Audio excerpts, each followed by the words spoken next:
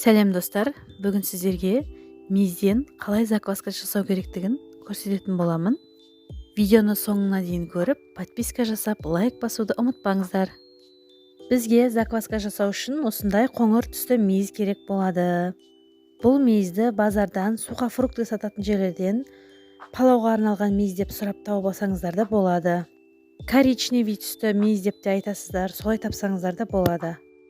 Және супермаркеттерден де таба аласыздар. Коричневый мейіз деп іздеу керек, басқа мейіздерден шықпай қалуы мүмкін.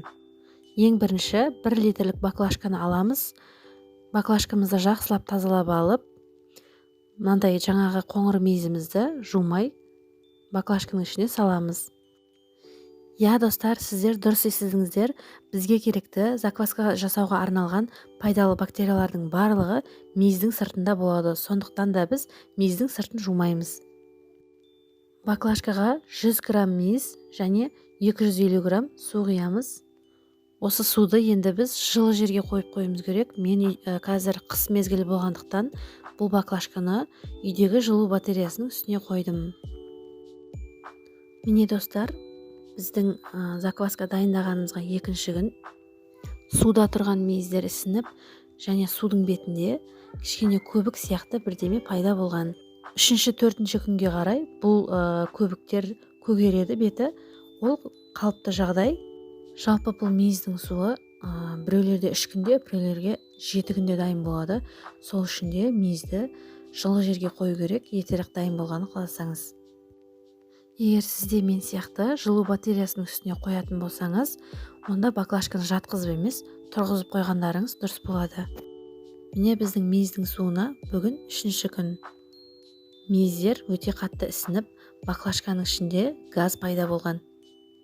Сіздердің де баклажкаларыңызда осылай газ пайда болатын болса, бір күнде 3 рет, 4 рет газын шығарып қоясыз. Газын шығару үшін міне баклажка осылай басылған кезде, баклажканы қолмен басқан кезде басылмайтындай қатты болып тырсылдап тұру керек баклажкамыз. Сонда ғана газын шығаруға болады. 4-5 күнге қарай менің закваскам дайын бола бастады. Біздің мейізден жасалған заквасканың суының дайын болғандығын баклажканың ішіндегі газынан білуге болады. Міне достар, 5-ші күн. Қазір мен сіздерге заквасканың суының газы қандай болу керегін көрсететін боламын. Сіздердің де закваскаларыңызда баклажканың газы осындай өте мықты болу керек. Сонда сіздің мейізден жасалған заквасканың суы дайын деген сөз. Мына видеодағыдай газы өте қатты болу керек. Сонда сіздің закваскаға арналған суыңыз дайын деген сөз. Енді жаңағы дайын болған мейіз закваскасының суын ұнға араластыратын боламыз.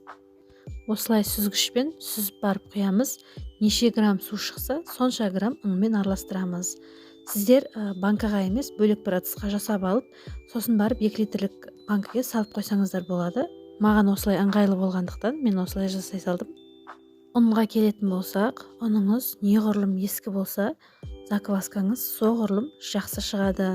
Менің қолданған ұным Пионер 1-ші сорт ұны. Достар, міне менің заквасканың суы 202 грамм шықты. Енді осы 202 грамм суға үстіне 202 грамм ұн саламыз да араластырамыз.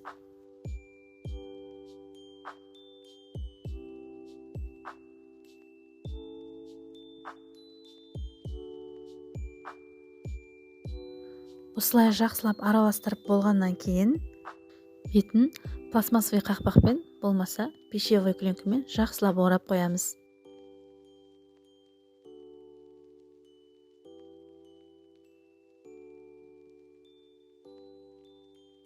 Міне достар, осы дайын болған заквасканы бөлме температурасына 8 сағатқа қойып қоямыз. Бұл закваска өзінен 2-3 есеге көтерілу қажет. Сіздерге қаншалықты көтерілгендігін көрсету үшін осылай сызып қоямын. Міне достар, 8 сағат өтті. Менің закваскам өзінен 3 есеге артық көтерілген. Енді осы дайын заквасканы холодильникке 2 күнге салып қоямыз. Достар, міне менің қоңыр мейізден жасалған закваскам дайын, холодильникте 2 күн тұрды. Енді бұл закваскадан апара жасау керек. Апара жасап болғаннан кейін сол апарадан нан пісіре беруге болады. Егер апара жасауды білмейтін болсаңыз, менің каналыма подписка жасап, лайк басып кетіңіз. Міндетті түрде апара жасауды да көрсететін боламын келесі видеоларда. Егер апарасыз дәл осы закваскамен біз нан пісіретін болсақ, онда біздің нанымыз өте қышқыл болып қалуы мүмкін.